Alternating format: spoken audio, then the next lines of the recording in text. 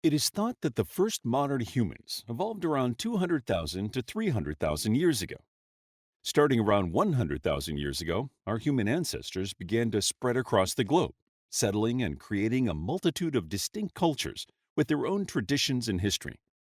Yet there are still common themes that occur throughout multiple cultures. Stories that, in some variation, have been told and preserved in numerous civilizations.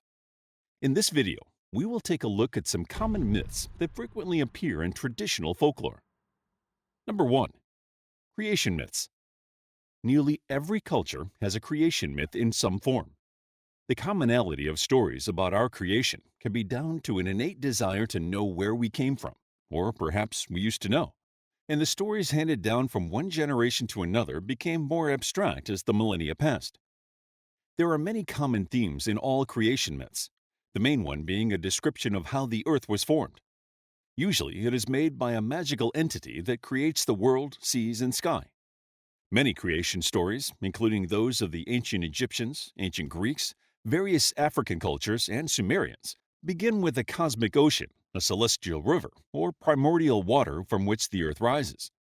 Another often found theme is that of a cosmic egg, from which hatches a creation deity. Sometimes the stories feature a primordial mother and father, represented by the earth and sky or the sun and moon, while in other stories, a single female figure gives birth to the father creator or the universe itself.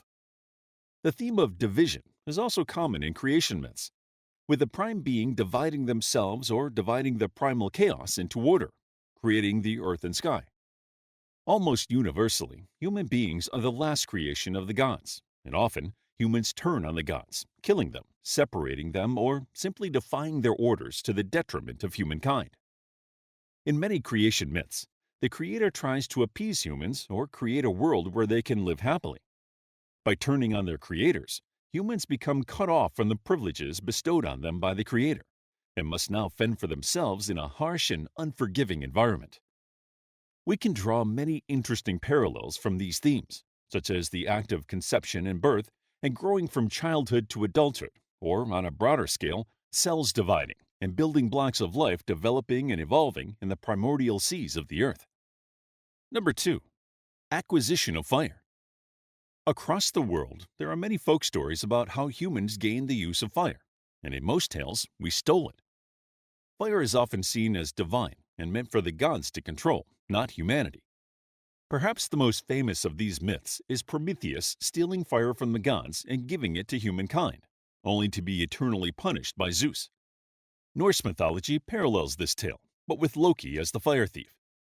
In Maori tradition, the demigod Maui was curious about where fire came from, so he extinguished all the fires in the land to find out. In the morning, Maui's mother, Turanga, asked for a volunteer to seek out the great goddess Mauika, also Turanga's mother, to ask for more fire. Maui volunteered and found Mahuika, who gave him one of her flaming nails to take back to his people. Maui was still curious and wondered what would happen if Mahuika ran out of nails, so he dropped the nail into the creek and returned to ask for another. This continued until Mahuika only had one nail left. Knowing she had been tricked, she chased Maui, who turned into a hawk and threw her last nail at him. The nail missed and fell into the bush, implanting itself into the trees. From that point on, humans were able to use wood to create fire. Native American tribes in the Pacific Northwest tell that fire was stolen by dog, coyote, and beaver, who gifted it to humans. And Cherokee myths say that Grandmother Spider stole the fire from the sun and hid it in a clay pot to bring it back to humans. According to the North American Ojibwe people, Nanabozo, the heir, stole fire to give to humans.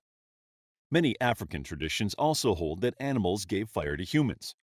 One myth from South Africa tells that an ostrich kept fire under its wing until a praying mantis tricked the ostrich into opening its wings and dropping the fire. A story from Assam in northern India describes how fire was losing a battle with water and hid in a bamboo stalk. A grasshopper saw fire hide and told a monkey, who began to use fire for himself. A man saw the monkey using fire and, thinking humankind to be much more deserving of such a thing, stole fire from the monkey. Not all traditions hold that fire was stolen. In Hindu stories, fire is carried down to earth in rain. It is then soaked up by vegetation, which is why rubbing sticks together creates fire. A Chinese legend has it that the mythical first emperor of China, Fuxi, entered the dream of a young man and told him to go to the country of Sui Ming. Once there, the man rests under a tree in complete darkness and sees flashes in front of him caused by birds pecking for worms in the tree bark. Inspired by the birds, the man broke branches off a tree, created a drill, and eventually was able to make fire. Number 3. Myths about giants. Giants appear in folklore from all over the world. The term giant derives from the gigantes of Greek mythology. In Norse mythology, the giants were primeval beings who were at war with the gods. In the Bible, the Israelites in Canaan saw giants. Many tales depict them as one-eyed, such as the Greek Cyclops. In European mythology, giants were often stupid, violent, and prone to eating humans.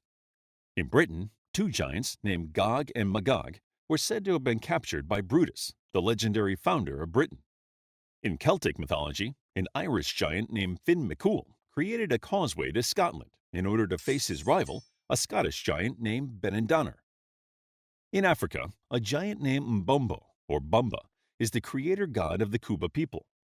In China, a giant named Pangu was the first man whose body became the universe. Native people of America have many stories of giant thunder beings, snakes, and huge thunderbirds.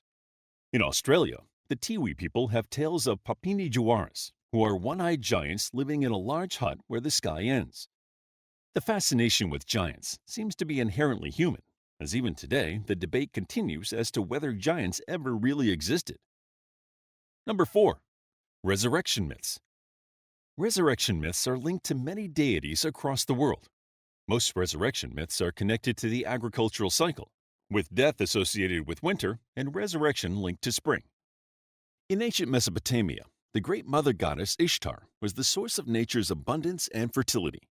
Each winter, her lover Tammuz would die and be taken to the realm of the dead. Over the winter months, Ishtar would travel to the underworld to rescue her lover, and during this time, the world would lose its natural growth. In the spring, Alatu, the goddess of the underworld, permitted the lovers to return to the land of the living, allowing abundance to return to the world. Thracian people called the Phrygians celebrated the spring resurrection of Atis, and in ancient Greek myths, Persephone was allowed to return from Hades each spring. However, not all resurrection myths are linked to the cycle of the seasons. In ancient Egyptian myths, the god Osiris was tricked and murdered by his brother Set. Osiris's queen, Isis, reassembled Osiris's chopped-up body and anointed him, which resurrected him as the god of the underworld. In imitation of the embalming of Osiris, the pharaohs followed the same rituals in the hopes of becoming immortal themselves. In Hindu tradition, there is a story in which a princess called Savitri tricks death into resurrecting her beloved. Savitri refuses an array of princely suitors and falls in love with a handsome woodsman, who was once a prince, called Satyavan. The god delivers the couple a prophecy that Satyavan will die a year after their marriage. On their first anniversary, Yamraj, the god of death, comes to take Satyavan, but Savitri follows them to the entrance of the underworld to beg for her husband's return. Yamraj agrees to grant one wish, but states that Savitri cannot wish for her husband's resurrection. Savitri wishes for many children, to which Yamraj agrees, after which Savitri reasons that the wish cannot be granted without the return of her only love, so Yamraj is forced to return Satyavan to the living world. Buddhist tradition tells of a diplomat named Song Yun who meets the elderly Bodhidharma, returning home to India from China with only one shoe. Song Yun asked Bodhidharma why he only had one shoe on and was told to ask the monks once Song Yun arrived in Shaolin.